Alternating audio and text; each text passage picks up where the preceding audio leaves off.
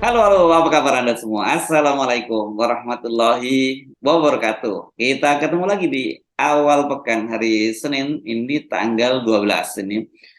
Banyak orang yang saya kira ini ada yang begadang nonton sepak bola, tapi ada juga yang mantengin televisi karena mengikuti prosesi pernikahan dari Kaisang dan Erika Gudono. Dan seperti biasa saya ajak untuk memperbincangkan bagaimana kita membaca berita di balik berita dalam program Off the Record. Masih terus bersama saya Hetsbun Arif.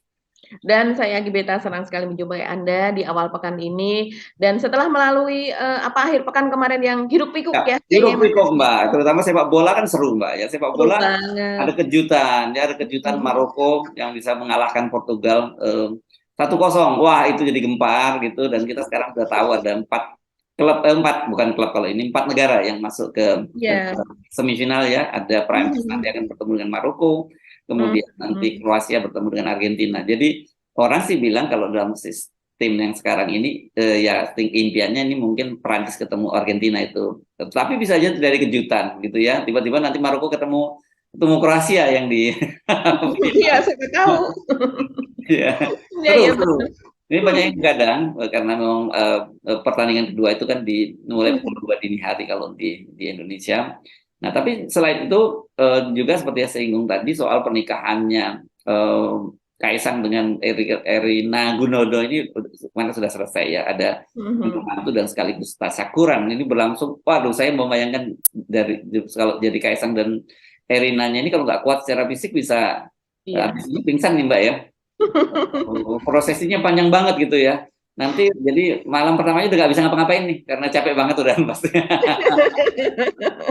Kan masih ada 1.000 malam yang selanjutnya, Mas Oh, Rizky. oke, oke, 1.000 malam. Kok kayak Lailatul Qadar saja kan ini belum Ramadan. Iya, iya. Oke, itu tema yang menarik, dan juga saya kira saya usul ini kan kebetulan juga Anies Baswedan hadir dalam acara itu ya. Ya, Mhm. kemarin kita Mhm. memperkirakan ini juga akan jadi atraksi sendiri, tapi ternyata smooth saja ya kehadiran Anies, biasa saja. Seperti halnya juga kehadiran Anies di Sulawesi Selatan, ternyata juga kalau kemarin kan di bawah bayang-bayang ancaman penolakan dari sejumlah Mhm. elemen mahasiswa gitu, tapi ternyata Ya. juga tetap seperti biasa, masanya melimpah.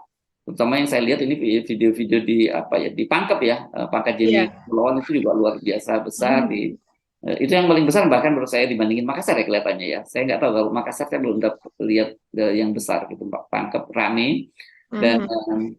saya kira ini menunjukkan betapa Anies setiap kali kunjungan dimanapun saja dia disambut dengan luar biasa. Itu saya kira topik yang menarik Mbak. Lagi apalagi yang perlu kita perbincangkan? Mungkin satu lagi Mas Versu yang soal Meikarta ya, sepertinya itu Ah, ramai juga, ya. ya, Mhm. Meikarta ini kan dulu ketika awal itu menimbulkan kontroversi luar biasa ya. Nah, saya juga Mhm. terkejut karena membaca di Kompas ya. Di Mhm. Kompas.com disebutkan bahwa Meikarta diamuk oleh para pembelinya gitu ya. Yang Mhm. nah, saya kan jadi teringat begitu Kompas nulis seperti ini, saya kaget kan. Dulu kita ingat ya ketika awal-awal Meikarta di launching itu kan ini Kompas termasuk yang besar-besaran mengiklankan Meikarta, dan petingginya Kompas pada waktu itu ingat saya topping off-nya ikut hadir bersama Pak Luhut Iya. pada waktu itu yang bahagia. Iya, iya betul sekali. Kita masih ingat dan kemudian, biasanya memang ya, ada kecenderungan seperti itu dan itu udah umum ya Mas Hersu. Kalau seandainya ada media yang kemudian, ada perusahaan yang besar-besaran mengiklankan di media tersebut, maka memang agak, suaranya kalau seandainya ada sesuatu yang pada waktu itu orang mempertanyakan status Meikarta, status lahannya, terus kemudian kaitannya dengan kereta cepat dan sebagainya, Hmm. Kompas agak smooth tuh Ya, ya, ya, ya. memberitakan itu, begitu. Nah, ini kalau di media kan kita mengenal yang namanya teori firewall ya, firewall teori atau teori tembok api gitu, yang Mhm. sebenarnya itu kalau dulu dalam tradisi di Amerika itu antara biasanya ada, kalau Anda perhatikan misalnya di koran-koran Amerika ya, ini sekarang Ya. koran, kita ngomongin korannya jadul, anak-anak sekarang mungkin banyak yang nggak baca koran ya. Itu antara halaman edit berita-berita dengan iklan biasanya dikasih garis hitam Iya. hitam tipis kecil gitu. Nah, itu simbol bahwa bisnis di media itu tidak boleh mempengaruhi policy redaksional. Itu kan yang menjadi menarik. Nah, ini yang yang disebut teori firewall, dan saya kira sekarang ini karena kepentingan dalam situasi ekonomi menjadi sulit dan sebagainya, dan banyak media yang harus berjuang untuk bertahan, ya teori-teori semacam ini sudah mulai dilanggar gitu ya. Dulu pengalaman kita sering berantem dengan orang-orang bagian marketing ya Mbak ya, kalau ada soal kayak begini ya. Iya, itu tabu begitu ya. Jadi jangan keras-keras dong bikin beritanya. Dia kan ini kita gitu ya, pengiklan besar kita. Apalagi kalau seandainya kalau di TV dia pernah melakukan blocking acara dan sebagainya begitu kan. Ya, itu pengalaman kita sebagai wartawan sih seperti itu. Jadi kalau seandainya ada kenapa sih ini kok padahal beritanya kenceng tapi kok media ini memberitakannya tipis-tipis gitu. Nah, pasti ada sesuatu begitu. Ya. Itu sebenarnya makanya di media itu sebenarnya memang harusnya idealismenya itu dijaga. Ini tradisi di Amerika, kita ngomong di Amerika itu beberapa kasus yang menjadi studi tentang kebebasan independensi media ya dalam soal ini ya, bagaimana ada beberapa kasus menunjukkan ketika independensi dari redaksi itu diganggu oleh kepentingan bisnis, itu jadi persoalan serius di sana gitu ya.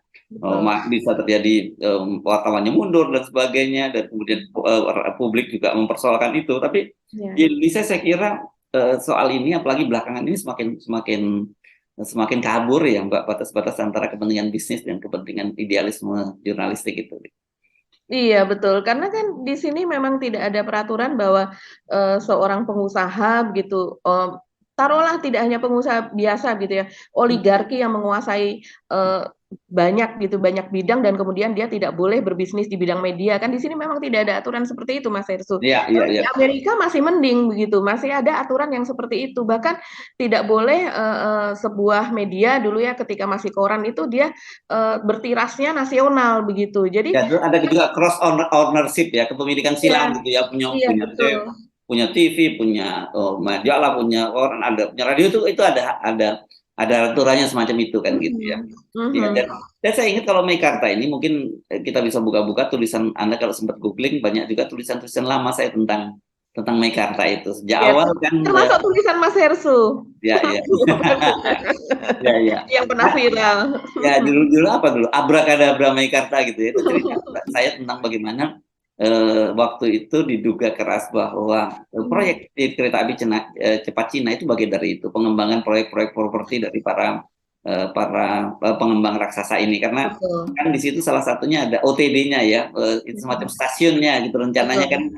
Untuk Meikarta itu ada stasiunnya sendiri untuk kereta api cepat Cina, dan kemudian ini kan menjadi pertanyaan, kalau kereta cepat itu kan nggak bisa berhenti sembarangan dalam waktu yang jarak pendek gitu ya.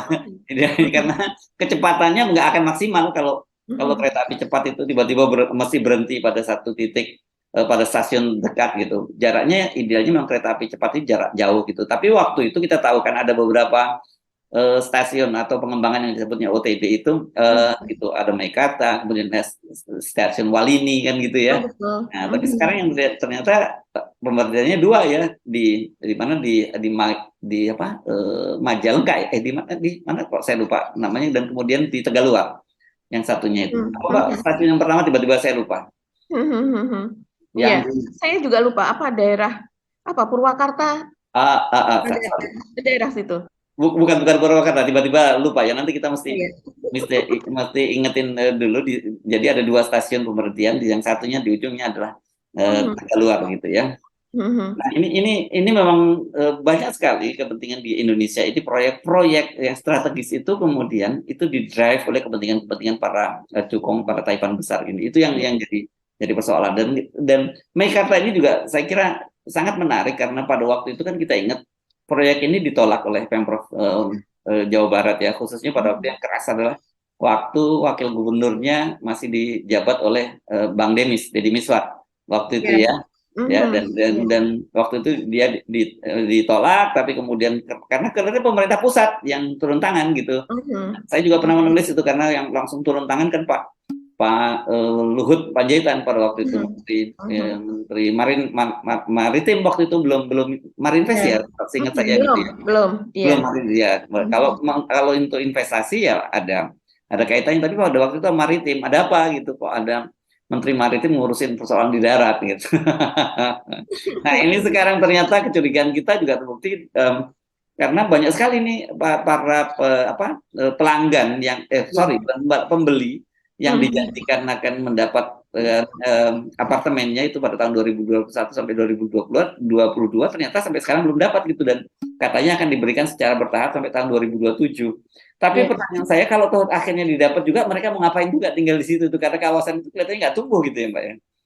Iya, kalau seandainya kita lewat di sana, saya suka pernah berapa kali ya naik mobil itu lewat kampung yang di belakang begitu, terus kemudian baru masuk tol ke sana, maupun tol gitu dari arah Bandung ke sini, itu sepertinya memang tempat itu menjadi tempat kosong begitu ya Mas Hersu.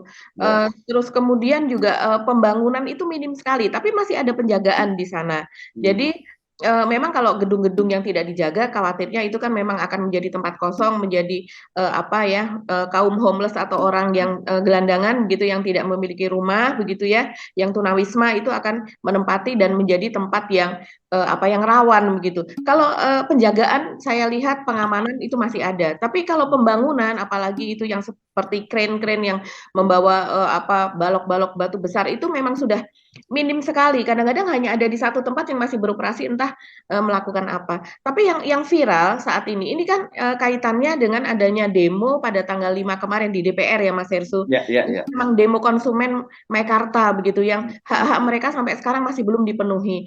Dan kemudian sesudah demo di DPR tersebut diikuti dengan viralnya itu video-video yang dibuat oleh para konsumen tersebut. Salah satunya adalah seorang bapak begitu, rupanya dia pembeli salah satu apartemen di Meikarta yang dia menceritakan. Saya sedikit ingin menceritakan tahun 2017 saya dan istri masih berpacaran. Kita bisa lihat bangunan Meikarta masih mangkrak. Sedangkan kami menikah di tahun 2019. Hingga saat ini kami punya anak belum dapat menempati. Bahkan kami diminta untuk relokasi dengan harga yang terbaru. Ini sangat miris kawan-kawan. Kami bingung. Sementara kami masih mencicil, kami ingin mempunyai hunian untuk keluarga kami, tetapi terkendala dengan Meikarta yang tidak kunjung memberikan solusi untuk serah terima yang seharusnya 2019. Semoga pemerintah melihat agar membantu kami menyelesaikan semua permasalahan dari Meikarta yang sampai detik ini tidak memberi solusi apapun. Sekian dari saya. Wassalamualaikum warahmatullahi wabarakatuh. Nah, mereka ini sebagian besar memang menginginkan supaya dikembalikan dalam bentuk tunai begitu Mas Hersu. Jadi mereka sudah karena merasa hopeless ya, tidak memiliki harapan. Jadi dari 2017 misalnya taruhlah harganya itu sekitar 260, itu kan ada tiga cara. Jadi cash maupun cash bertahap begitu tunai tapi bertahap selama 2 tahun, atau ada juga yang melalui KPA, kredit pemilikan apartemen melalui, tapi banknya juga bank yang milik Lipo juga ya, Nobu ya banknya. Nobu, iya. Jadinya ini biasanya memang jadi agak sulit Mas Hersu kalau seandainya kita masih dalam satu grup kemudian kita KPR atau KPA-nya tuh dengan memakai bank yang memang lebih mudah proses di awalnya, tapi ketika terjadi masalah itu biasanya jadi lebih sulit. Pas awal misalnya kita hanya punya tabungan berapa atau apa, biasanya tuh gampang gitu, dan kemudian pihak marketing juga menawarkan bahwa pakai bank kami saja karena akan dipermudah prosesnya dan sebagainya, biasanya seperti itu. Nah itulah yang terjadi sekarang karena sudah sampai ke pengadilan dan hasilnya adalah akan jadi pihak Lipo harus menyelesaikan secara bertahap dan memberikan serah terima begitu unitnya secara bertahap sampai tahun 2027. Tapi seperti kata Mas Hersu tadi, apa begitu yang masih diharapkan, dan salah satunya sebenarnya sih yang membuat ini mangkrak juga karena mangkraknya proyek kereta cepat itu, betul. Tapi terus kemudian apakah nanti ketika kereta cepat ini berjalan, apakah ekonomi juga tetap akan berkembang sebagaimana yang diiming-imingkan atau diharapkan seperti semula, kan seperti itu Mas Hersu. Kalau kita ingat iklan-iklannya kan waduh luar biasa pada waktu itu branding ya, bahwa wah semacam kalau dalam kita kayak hijrah ke suatu dari tempat yang luar biasa yang di Jakarta banjir macet, polusi gitu, tiba-tiba pindah ke sebuah sebuah ya lingkungan yang surgawi gitu ya. Saya ingat ya digambarkan ini, saya Betul. terbayang tuh visualnya anak-anak gitu ya, melihat dia Ya. terus naik kereta dan berhenti di Meikarta dan kemudian semuanya jadi indah kan gitu. Nah sekarang saya kira gini, problem buat mereka-mereka yang tadi yang membeli di situ, kenapa mereka kemudian ingin uangnya dikembalikan, karena buat mereka kalau toh diberikan, dan apalagi itu masih jangka panjang nanti sampai tahun 2027 kalau itu jadi, mereka pun juga akan, kalau tinggal diberikan pun mereka mungkin nggak akan tinggal di situ karena kawasan itu kan belum tumbuh jadinya kan gitu ya. Iya, karena tadinya kan di situ semuanya seperti kota mandiri begitu. Iya, iya, iya, iya. Kota mandiri, dan terus terang saja ini kan Meikarta ini tadinya itu dicurigai, banyak sekali pihak pengamat dan sebagainya mencurigai bahwa ini akan menjadi kawasan pendatang ilegal Iya, iya. yang akan nanti kemudian di situ, karena pengawasannya semuanya dilakukan oleh mereka sendiri. Dulu mencurigainya seperti itu, apalagi pernah ada kasus soal ada TKA begitu, pekerja konstruksi begitu Mas Hersu, yang kemudian juga pernah didemo, dan TKA di situ juga diindikasikan begitu mereka tidak legal, dan ternyata memang ada yang ilegal tapi hanya beberapa begitu ketika itu terungkap. Dan dari DPRD Kabupaten Bekasi pun pernah, karena saya juga cukup kenal itu anggota DPRD-nya, mereka memimpin demo ke Meikarta itu karena mereka ya orang DPRD, mereka tentu memiliki bukti-bukti begitu bahwa dia memakai TKA yang ilegal dan sebagainya, dan kemudian ada entah ada kegiatan apa yang mungkin tidak semestinya di situ begitu. Tapi ketika itu pun sudah selesai begitu, sampai sekarang toh pembangunan ya masih seperti ini, karena memang betul-betul artinya kalau sekarang kita melihat indikasi bahwa Meikarta itu memang disiapkan sebagai tempat transit dari kereta cepat, itu memang tampaknya memang jadi terbukti begitu ya. Karena ketika kereta cepat ini mandek, maka Meikarta juga mandek, tidak bisa tumbuh begitu. Karena ya sulit untuk tumbuh di situ Mas Hersu. Ya, ya. Oke, tadi kita ngomong kereta api cepat, itu kan tadi memang ada stasiun terpadunya di situ ya. OTD apa ya singkatannya, saya lupa tiba-tiba OTD-nya itu ada di Meikarta, kemudian saya ingat lagi Walini yang tadinya mau jadikan kota baru perkebunan dari itu ya. kota baru dari Provinsi Jawa Barat kan rencananya kan di situ, tapi kan itu batal juga. Oh, sekarang dipindah ke Padalarang, saya baru ingat ya. Ah iya, Padalarang betul namanya. Padalarang dan kemudian Tegaluar jadinya begitu. Jadi betul. Ini semua skenario berantakan. Apalagi kita kemarin sudah bicarakan juga kan bahwa kereta api cepat Cina ini pun minta konsesinya lebih dari 50 tahun, kalau bisa sampai 80 tahun. Kan kita sudah ingatkan bahwa ya kalau 80 tahun itu teknologinya udah nggak kepake, itu teknologinya udah ganti, nggak ketuan ya. Dan kan mungkin kereta api cepat Cina itu sudah bukan lagi moda pilihan gitu, moda transportasi pilihan kan gitu ya Mbak ya. Jadi ini yang berat ini. Jadi proyek saya kira wajar kalau kemudian mereka para pembeli itu yang merasa udahlah balikin duit aja lah, daripada dia dikasih apartemen nanti pun juga mereka tidak akan tinggal di apartemen itu kan gitu kalau TikTok dikasih duitnya kan Mbak. Betul sekali. Jadi kemarin saya cari-cari data lagi Mas Hersu, ternyata data perkiraan awal dari studi kelayakan, yaitu yang dilakukan oleh ITB dulu mengenai penumpang kereta api cepat ini nantinya itu diperkirakan akan sebanyak 60.000, itu memang perkiraan untuk kereta api cepat saja, bukan lalu lintas dari Jakarta dari Jakarta ke Bandung. Dan kemudian studi yang kedua yang dilakukan oleh lembaga yang di UI itu hanya 29.000, artinya tidak ada setengahnya. Nah, padahal kenyataannya saat ini ya mungkin karena pengaruh COVID dan sebagainya, itu untuk Parahyangan saja itu hanya sekitar 10.000 Mas Hersu. Ya. Jadi 29.000 pun itu adalah optimisnya, begitu perkiraan optimis. Nah, makanya dengan tarif Argo Parahyangan itu kan jauh lebih murah kan gitu ya. Betul sekali, jauh lebih murah. Nah, padahal ini jauh lebih tinggi. Kalau seandainya memang masih ada kereta api Argo Parahyangan masih ada, tentu orang memilih moda yang itu. Iya. Apalagi ini harus 3 kali ganti kereta sebelum kemudian disambungkan sampai ke Jawa Timur. Rencananya kan demikian. Lawang yang di sini aja belum selesai, apalagi yang mau ke Jawa Timur kan gitu. Ya. Saya termasuk orang yang dulu sering setiap pekan saya kan beberapa waktu yang lalu saya setiap bahkan sepekan tuh bisa 3 hari ada di kota Bandung. Saya termasuk orang yang sering menggunakan Argo Parahyangan dan itu nyaman. Kita bisa naiknya dari tengah kota turun Gambir, dan kemudian turunnya juga di tengah kota, terus dari situ ada hotel, saya tinggal jalan kaki, saya langsung bisa bermalam situ, nggak repot, jalan kaki aja saya dari stasiun. Dan nanti ketika ke stasiun juga saya jalan kaki, dan ketika pulang itu kita bisa berhenti di Jatinegara kan gitu ya, kalau nggak harus ke Gambir. Jadi jauh lebih simpel. Kalau sekarang membayangkan saya mesti pergi ke Halim, itu kan perlu waktu sendiri, kemudian dari saya apakah pilihannya nanti turun di Padalarang atau turun di Tegaluar terus menuju kota Bandung, itu menurut saya ribet banget itu. Jadi itu tadi itu kan bayangan kalau apakah tidak diperhitungkan itu faktor-faktor pindah transportasinya dan sebagainya gitu loh, Mbak. Ya, apalagi ibu kota Jakarta akan pindah ke IKN. Oh Jadi, iya? Oh iya. jadi itu kan diputuskan sebelum IKN diputuskan gitu, dengan asumsi bahwa di sini Jakarta tumbuh pesat gitu Oh kan. iya. Bandung sebagai penyokong dari UKM-nya apa dan sebagainya, nanti akan masuk ke Jakarta dan sebagainya. Nah, sekarang Jakartanya saja sudah mau dipindah begitu kan. Tapi apalagi begitu yang diharapkan. Makanya moda-moda yang lain mungkin nanti akan dimatikan supaya ini hidup. Tapi kan itu betul-betul tidak wajar, karena moda yang ini pun, yang kereta cepat ini pun sebenarnya kan nggak perlu-perlu amat. Nasibnya hampir mirip dengan IKN, yang sama-sama tidak perlu-perlu amat.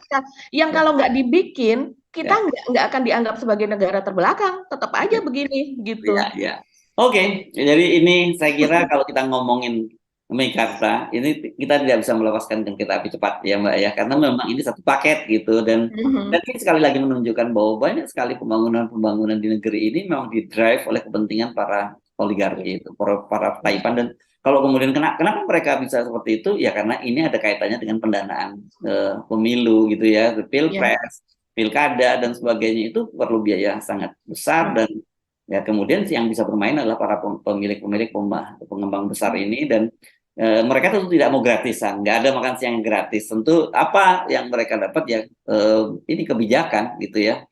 Ini yang berbahaya. Makanya saya selalu mengingatkan bahwa korupsi kebijakan itu jauh lebih jahat ketimbang korupsi anggaran. Korupsi anggaran kita tahu seberapa besar, tapi kalau korupsi kebijakan itu jauh lebih besar dari korupsi anggaran. Oke, bagi kita pindah ke topik yang lain ya. Saya kira silakan Anda mau pilih yang mana, ini mau soal Kaisang, tapi saya kira ini ditonton oleh udah banyak. Kalau emak-emak ini kelihatannya banyak yang mantengin berapa stasiun yang menyiarkan secara langsung ini, katanya ada 15 stasiun atau berapa sih? Saya nggak ngerti juga. Saya juga tidak tahu berapa gitu semuanya jumlahnya, tapi hampir semua kan menyiarkan ya Mas Hersu. Tapi masalahnya mungkin orang tidak banyak yang tahu bahwa sebetulnya di Indonesia ini sudah ada TV itu jumlahnya sudah ribuan gitu ya, karena banyak sekali TV komunitas. Nah, apakah TV-TV di daerah? Kalau TV daerah saya rasa ikut menyiarkan, tapi TV komunitas apakah ikut menyiarkan gitu? Tapi ini mostly memang semua TV menyiarkan lah Mas Hersu. Ya, karena banyak sekali perniknya ya di situ-sisi yang lain. Orang barangkali kalau dalam perkainan ini kan yang paling disoroti adalah kemegahannya ya Mbak ya.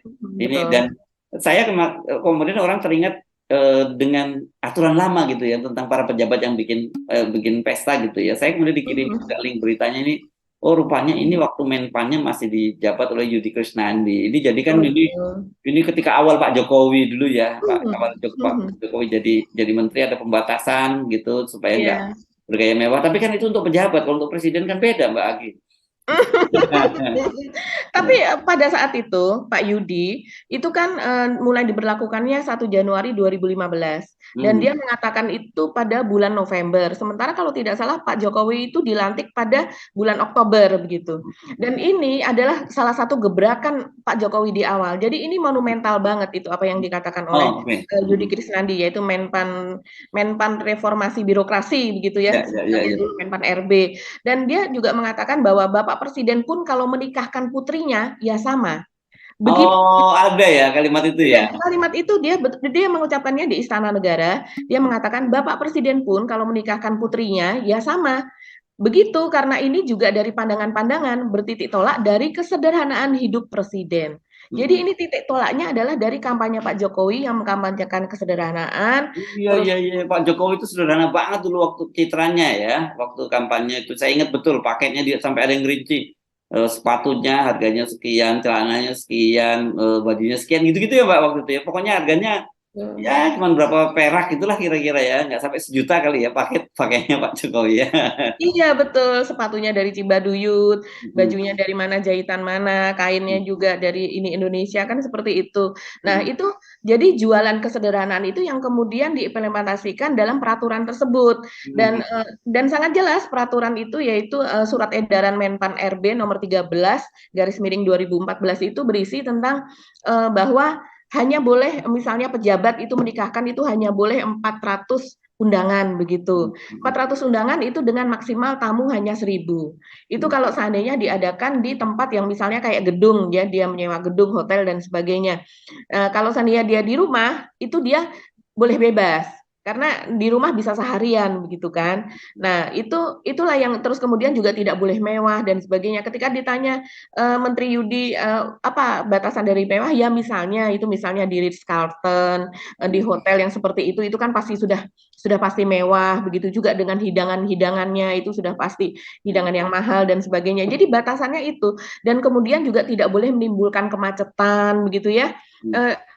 Terus kemudian juga tidak boleh menimbulkan banyak seperti banyak karangan bunga dan sebagainya, karena itu akan memperlihatkan perbedaan begitu Mas Heru, perbedaan kelas dengan yang lain itu jadi semakin kentara. Nah, jadi kita wajar kalau seandainya saat ini saya jadi lihat di Twitter, lihat di Instagram, terus kemudian di percakapan grup WhatsApp, itu banyak juga yang bukan banyak juga tapi banyak sekali yang mempertanyakan kenapa, apakah itu karena sudah ganti periode gitu, sudah Ah, ya, berubah begitu ya, kan? ya, ya, ya. Apakah kebijakan itu sudah tidak berlaku lagi? Karena jangankan membuat kemacetan gitu, ini sampai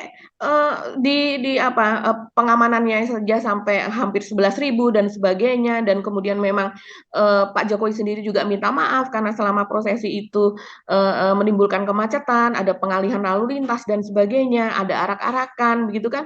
Ini udah jauh dari sudah sangat-sangat jauh dari kriteria sederhana itu tadi Mas Hersu, walaupun dibungkus dengan tema budaya. Ya, ya. Tetap saja ya. Ini berapa jumlahnya Pak? Undangannya 6.000 ya kalau kali ini ya. Iya, jadi ada simpang siur Mas Hersu, ada media yang memberitakan bahwa sebenarnya undangan itu 3.000, jadi jumlahnya nanti 6.000, tapi ada juga yang mengatakan bahwa undangannya 6.000. Taruhlah kita berpatokan pada yang rendah saja, undangan 3.000 begitu ya. Nah, jadi kalau 3.000 mungkin sekitar 6.000 itu tamu yang datang begitu. Nah, terus kemudian di luar itu juga ya, itu kan undangan yang disebarkan secara resmi, tapi kan ada juga mengundang rakyat. Kan ada pesta rakyat di sana Ya, yang ya, ya. kemarin itu bahkan rakyat untuk mengantri untuk mendapatkan kuliner yang mereka inginkan gitu, kan ada kuliner dari Mas Kaisang, dari Mas Gibran tuh apa kulinernya, dan juga dari Mas Kaisang begitu, dia ingin mencicipi sampai 2 jam lebih dia harus mengantri. Artinya ini kan banyak sekali memang yang diundang secara tidak resmi juga begitu. Dan ini bukan pertama kalinya ya Pak Jokowi membuat pesta besar-besaran, tapi ini yang terbesar gitu ya Mbak ya. Iya, pada waktu itu sesudah dikeluarkannya peraturan ini pada tahun 2015 kalau tidak salah, itu yang pertama kali kan perkawinannya Mas Gibran. Ya, Dan ya, perkawinan Gibran ini juga nggak kalah hebohnya ya, tidak ya. kalah mewahnya, ada arak-arakan kereta kencana juga begitu. Tapi memang yang paling besar yang ini pada pesta Kahiyang itu juga ada arak-arakan. Ada yang mengatakan enam kereta kencana, tapi yang dibawa ke Medan karena kan ada 2 kali pesta ya, yaitu di Solo dan kemudian di Medan. Nah pada waktu di Solo itu arak-arak ini yang menaiki kereta kencana itu, saya ingat Mbak Kahiyang itu dari Loji Gandrung itu menuju ke gedungnya Pak ini Geraha Sabah ya kalau tidak salah, Bahasa Pak, betul. Geraha Ya. Sabah ya, menuju ke sana, sementara Bobby juga dari tempat hotelnya begitu, tempat keluarga mereka menginap ya, karena mereka dari Medan, kemudian juga diarak dengan kereta kencana menuju ke Geraha Sabah begitu. Jadi dan kemudian ketika kemudian ada ngunduh mantu di Medan pun ini itu siarannya ramai itu Mas Hersu di televisi ketika kereta kencana ini, kabarnya waktu itu 7 kereta kencana ya, dan artinya ada 14 kuda juga yang dikirim dari Solo itu ke Medan begitu untuk arak-arakan di sana, arak-arakan kembali di sana. Jadi memang ini di setiap di setiap perkawinan memang selalu akan ada kereta kencana. Jadi ya seneng juga sih ngelihat raja dan ratu arak-arakan gitu ya, karena udah jarang sekali kita melihat itu Mas Hersu. Ya. Ya, tapi kan persoalannya Pak Jokowi bukan raja, ya Pak Ya, Jokowi. ya. Pak Jokowi itu presiden gitu, yang saya kira itu mesti dibedakan. Kalau raja dalam ya negara-negara monarki, ya itu aturan justru raja itu adalah aturan sendiri.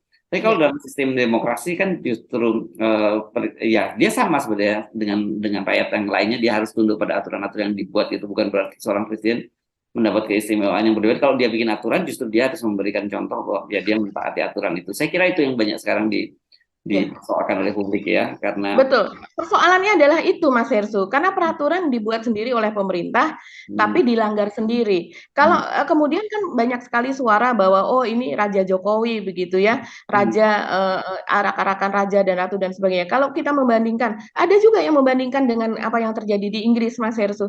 Kalau di Inggris itu memang dia sistem monarki dan kemudian bagian dari arak-arakan atau bagian dari setiap upacara memang sudah ada protokolernya.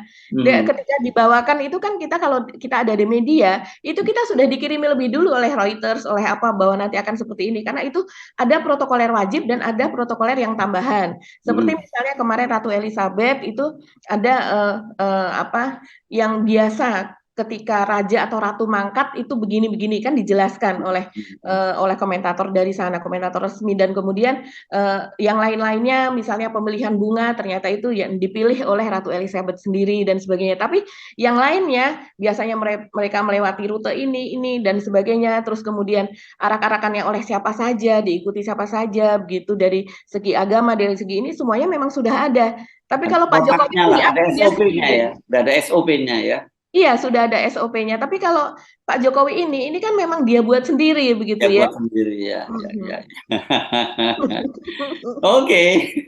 Jadi tapi apapun gini, untuk urusan yang pernikahan itu ranah private yang mesti kita hormati ya. Kita ucapkan selamat kepada Kaisang dan Erina Gudono. Tetapi yang kita soroti adalah posisi Pak Jokowi sebagai seorang pejabat publik, dalam hal ini sebagai seorang presiden gitu ya. Karena kan dua itu yang melekat pada Pak Jokowi. Satu, ada Pak Jokowi sebagai pribadi, tapi Pak Jokowi sebagai presiden dan juga kepala negara. Dan saya kira ini yang kemudian ketika nggak bisa dipisah-pisahkan dalam soal seperti ini gitu. Karena bagaimanapun juga melekat hal-hal semacam itu gitu sekarang. Jadi kalau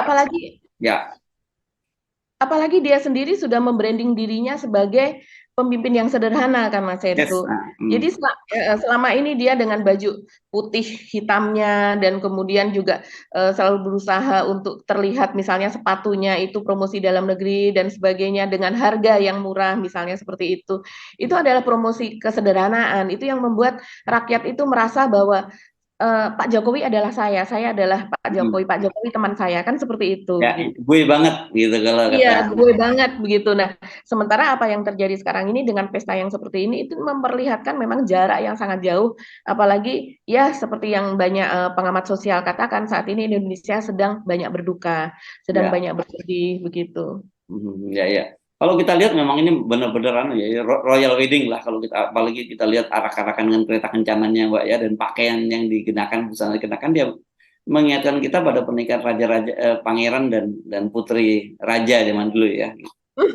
Iya, apalagi kemudian pihak Angkasa Pura I yaitu lapangan udara Adi Sumarmo itu juga menyediakan tempat parkir untuk 52 jet pribadi seperti itu kan. Jadi ini memang orang datang dari berbagai penjuru, bahkan banyak yang menggunakan private jet begitu. Salah satunya mungkin kalau ibu-ibu yang dilihat adalah para artis nih Mas Hersu. Para artis sahabat Pak Jokowi seperti kemarin Raffi Ahmad begitu yang menjadi I.O. dari acara Nusantara Bersatu di GBK begitu, dia datang dengan menggunakan private jet pribadinya dengan membawa temannya begitu, temannya diajak untuk ikut menaik. Ibu melihatnya, Raffi naik apa gitu, artis-artis naik apa, pakai baju apa. Kalau ibu mungkin melihatnya seperti itu begitu. Sementara Sementara kalau kalau, dan ada foto-fotonya karena kan diunggah ya langsung nih artis-artis ini kan pada punya akun YouTube gitu. Jadi semuanya terus kemudian mereka mengunggah. Nah, sementara kalau orang yang lebih memperhatikan soal, politik, mereka lebih memperhatikan kedatangan dari Pak Anies gitu. Oh iya. Apakah Pak Anies dicemooh ataukah tidak, dan Hmm. kemudian gesturnya ketika bersalaman dan ketika usai bersalaman itu sepertinya akan diajak karena mau turun gitu bersama Ibu Ferry, tapi seperti seperti yang dicegah untuk berfoto, tapi ternyata memang aliran dari tamu yang naik ke atas itu tidak dihentikan. Biasanya kalau di foto kan ada protokoler yang menghentikan ya, tapi ini tidak dihentikan sehingga sepertinya tidak jadi. Jadi sepertinya tidak ada momen berfoto bersama Anies gitu. Ya, ya, ya, ya. Itu yang banyak dibicarakan. Iya, iya, dan saya juga membaca di situ dan juga ditampilkan di Instagram story-nya ya, IG story-nya itu. Ya seperti kita duga memang Anies kemudian banyak disambut oleh para tamu dan juga diminta selfie gitu. Tapi sejauh ini saya kira tidak ada insiden apapun gitu ya di situ. Tidak seperti dulu pun sebenarnya waktu pernikahan dengan Kahiyang juga nggak ada insiden yang terlalu berarti karena teriakan "hu" itu pun sebenarnya terbatas gitu ya. Cuman menjadi heboh ketika diviralkan oleh para buzzer kan gitu. Yang sekali ini saya kira semua dan harusnya memang seperti itulah dalam situasi politik, dalam situasi perhelatan semacam ini persoalan politik mesti ditanggalkan dulu gitu. Dan sayangnya Pak Surya Paloh nggak hadir sih ya. Kalau Pak Surya Paloh hadir mungkin juga kita akan bisa melihat kalau seperti apa perlakuannya. Kalau sama seperti Anies dan sebagainya kan itu bisa memberikan sinyal yang bagus. Oh nggak ada persoalan antara Pak Jokowi dengan Pak Surya Paloh kan gitu. Iya, iya betul sekali Mas Hersu. Anies kita lihat memang dia dari sejak turun dari bis, dia sudah mendapatkan sambutan ya. Jadi orang sudah ngajak selfie gitu dari sejak dia datang gitu. Dan kemudian sesudah salaman pun di tempat dia banyak mendapatkan ini ketika dia keluar dari arena juga dia sudah terus begitu orang mengajak selfie. Ya wajar lah begitu. Memang ini lagi momennya dia begitu. Ya, ya, ya, ya. Ya, kan kita tadi juga bicara bahwa dia sehari sebelumnya dia masih ada di Sulawesi Selatan ya Mbak ya, untuk melakukan safari lanjutan. Jadi dia sudah melakukan safari di mana saja. Pertama Medan, dilanjutkan dengan Jogja, Tasikmalaya, Ciamis, kemudian ke mana lagi Palu ya, ke Palu, Palu dan dilanjutkan ke Banda Aceh, Sumatera Barat dan Riau. Sekarang giliran di Sulawesi Selatan dan luar biasa juga ya. Ini bisa kita lihat video-videonya ya, sambutan Anies di Sulawesi Selatan. Dan untuk Anda semua untuk memenangkan hadiah-hadiah dari prize yang sudah disiapkan. Sebagai ada mata, ada ini, ada lain sebagainya tentunya ya.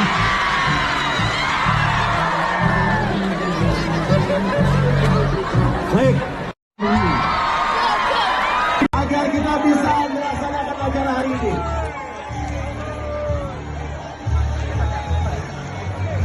Sekali lagi kita ucapkan selamat datang untuk Bapak Anies. Ibu-ibu, nanti boleh turun dulu. Dulu kita ketemu rangkaian hari ini akan terlihat tidak rapi, tidak tertib. Dokumentasi dari rangkaian acara hari ini kalau misalnya bapak-bapak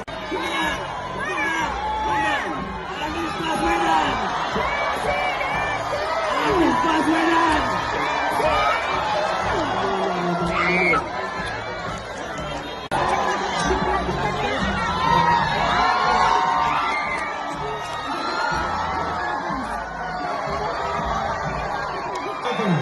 Wakil Bendahara Umum DPP Partai Nasdem, Kakak Fatmawati Rusdi. Yang turut kami hormati seluruh jajaran pengurus DPP Partai Nasdem. Yang kami hormati Sekretaris DPW Partai Nasdem Sulawesi.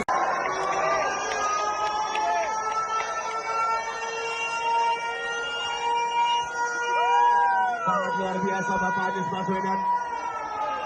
Dengan kehangatan dari seluruh masyarakat Kabupaten Pangkep, Bapak Anies Baswedan nggak keringetan sama sekali loh, luar biasa loh. Luar biasa. Saya ingin sampaikan terima kasih pada semua yang terlibat. Kalau tadi tiba, semangat masyarakat Pangkep ini luar biasa. Dan insya Allah dengan semangat ini nanti jalan sehatnya, berangkat penuh semangat, pulang.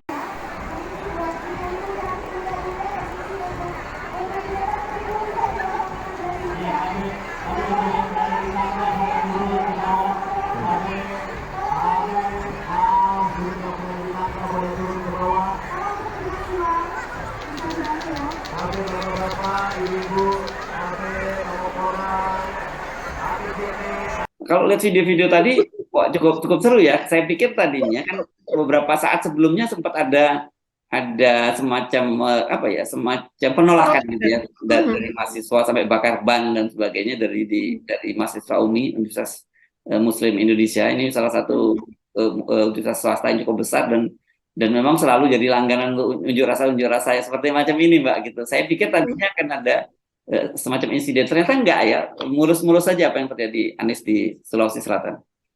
Iya, dan sepertinya ini juga heboh sekali ya Mas Ersu ya. Iya. Ini masif. Kalau lihat tadi videonya, ini luar masif biasa sekali. juga. Iya.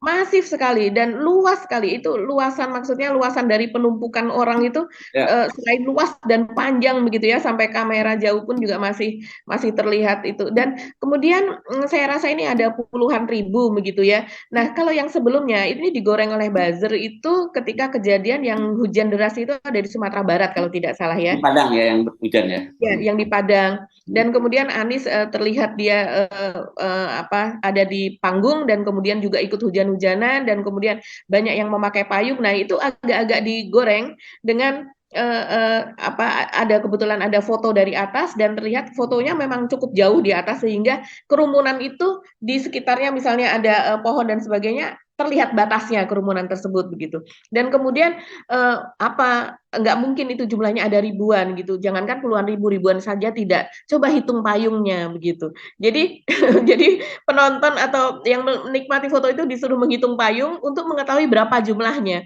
Dan kemudian tapi itu beda sorotannya kalau seandainya memang kamera mengambilnya tuh angle-nya dari bawah. Ya, karena ada banyak sekali penonton yang memang tidak berpayung rupanya begitu. Tapi kalau kita mengambil foto dari atas, warna-warni itu akan tampak lebih jelas daripada kepala hitam, kan seperti itu Mas Ersu. Jadi, nah ini baru kemudian dibantahkan dengan kejadian di Pangkep ini. Begitu luar biasanya sambutan di sana, yang sehingga dan kebetulan juga tidak hujan, sehingga begitu terlihat ada kerumunan tuh. Kalau saya melihat kerumunan itu seperti apa ya, seperti demo besar di Jakarta yang seringkali kan ada yang sangat masif gitu ya, sehingga hampir tidak ada selanya antara satu orang dengan orang yang lain. Ini luar biasa ya Sulawesi Selatan. Kita tidak menyangka ya. Meskipun skalanya berbeda ya, tapi saya kira mungkin Vita membayangkan visualnya itu seperti waktu aksi 212 ya, kelihatannya gitu ya, masanya menyemut di mana-mana dalam skala yang lebih kecil gitu ya, tapi kepadatan masanya seperti itu ya, Mbak ya.